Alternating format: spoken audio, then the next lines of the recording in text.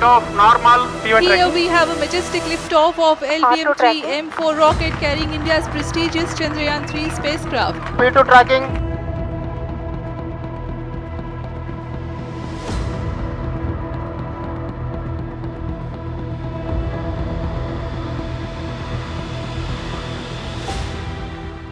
नमस्कार, मैं नियाज खान और आप देख रहे हैं एनएमएफ न्यूज। चंद्रयान 3 के चांद के दक्षिणी ध्रुव पर सफल लैंडिंग के बाद अब भारत यहां रुकने वाला नहीं है, क्योंकि इसरो के वैज्ञानिकों ने अब अपने अगले मिशन की तैयारी भी पूरी कर ली है। और इसरो के वैज्ञानिकों का अब अगला मिशन है सूर्य मिशन, जिसके लिए इसरो ने आदित्य L1 को तैयार किया है। और ये 2 सितंबर को सुबह 11:50 पर श्रीहरिकोटा अंतरिक्ष केंद्र से लॉन्च हो जाएगा। आदित्य L1 सूरज और पृथ्वी लैग्रेंज बिंदु यानी L1 पर एक दूरस्थ स्थान से सौर कोरोना का निरीक्षण करेगा, जो पृथ्वी से लगभग 1.5 किलोमीटर दूर है।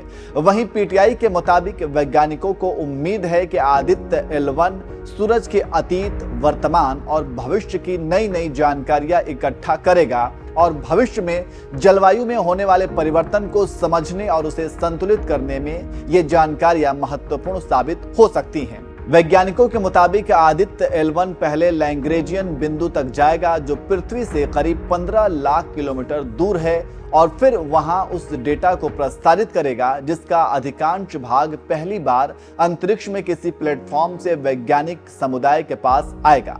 हम इस वीडियो में बार बार लैग्रेंज बिंदु की बात कर रहे हैं। ऐसे में आप यही सोच रहे होंगे कि ये लैग्रेंज पॉइंट है क्या। तो चलिए आपको थोड़ा लैग्रेंज पॉइंट 1 के बारे में तफसील से बता देते हैं, ताकि आपको समझने में आसानी हो।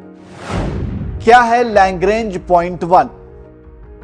दरअसल लैग्रेंज पॉइंट एक ऐसे संतुलन पॉइंट को कहा जाता है जहां सूरज और पृथ्वी के गुरुत्वीय बल बराबर होते हैं। आदित्य L1 को सूरज और पृथ्वी की व्यवस्था से लैग्रेंज बिंदु 1 के चारों ओर एक प्रभा मंडल कक्षा में रखा जाएगा, जो पृथ्वी से लगभग 15 लाख किलोमीटर दूर है। यहां से सूरज को बिना किसी व्यवधान या ग्रहण के लगातार देखने का लाभ मिलेगा। इसरो के मुताबिक L1 बिंदु के चारों ओर हेलो कक्षा में रखे गए उपग्रह को बिना किसी ग्रहण के लगातार सूरज को देखने का प्रमुख लाभ मिलता है। इससे वास्तविक समय में सौर गतिविधियों और अंतरिक्ष मौसम पर उनके प्रभाव को देखने का एक बड़ा लाभ मिलेगा।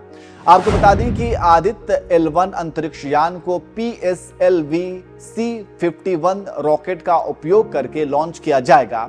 आदित्य L1 अंतरिक्ष यान सूर्य के कोरोना, क्रोमोस्फीयर, फोटोस्फीयर और सौर हवा का अध्ययन करने के लिए 7 पेलोड से लैस होगा।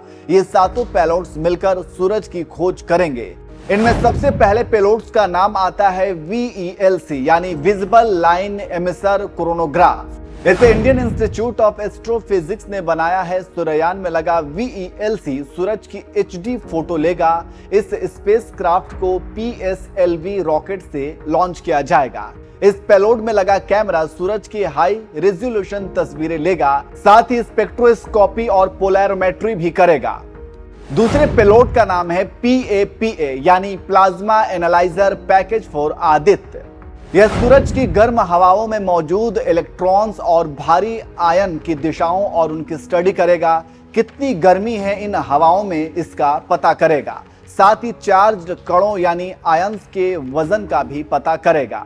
तीसरा पेलोड है solar ultra violet imaging telescope. यह एक अल्ट्रा वायलेट टेलीस्कोप है। यह सूरज की अल्ट्रा वायलेट वेवलेंथ की तस्वीरें लेगा, साथ ही सूरज के फोटोस्फीयर और क्रोमोस्फीयर की तस्वीर लेगा। चौथा पेलोड है solar low energy X-ray spectrometer. सूरज से निकलने वाले एक्सरे और उसमें आने वाले बदलावों की स्टडी करेगा, साथ ही सूरज से निकलने वाली सौर लहरों का भी अध्ययन करेगा। पांचवा पेलोड है high energy L1 orbiting x ray spectrometer. यह एक हार्ड एक्सरे स्पेक्ट्रोमीटर है। यह हार्ड एक्सरे किरणों की स्टडी करेगा, यानी सौर लहरों से निकलने वाले हाई एनर्जी एक्सरे का अध्ययन करेगा। छठा पेलोड है Aditya solar wind particle experiment. इसमें 2 पेलोड्स हैं। पहला SWIS यानी सोलर विंड आयन स्पेक्ट्रोमीटर, जो कम ऊर्जा वाला स्पेक्ट्रोमीटर है। यह सूरज की हवाओं में आने वाले प्रोटॉन्स और अल्फा पार्टिकल्स की स्टडी करेगा। दूसरा स्टेप्स यानी super thermal and energetic particle spectrometer या सौर हवाओं में आने वाले ज्यादा ऊर्जा वाले आयंस की स्टडी करेगा। 7वां पेलोड है advanced tri axial high resolution digital magnetometers. यह सूरज के चारों तरफ मैग्नेटिक फील्ड की स्टडी करेगा, साथ ही धरती और सूरज के बीच मौजूद कम तीव्रता वाली मैग्नेटिक फील्ड की भी स्टडी करेगा। इसमें 2 मैग्नेटिक सेंसर्स के 2 सेट हैं। ये सूर्ययान के मुख्य शरीर से 3 मीटर आगे निकले रहेंगे।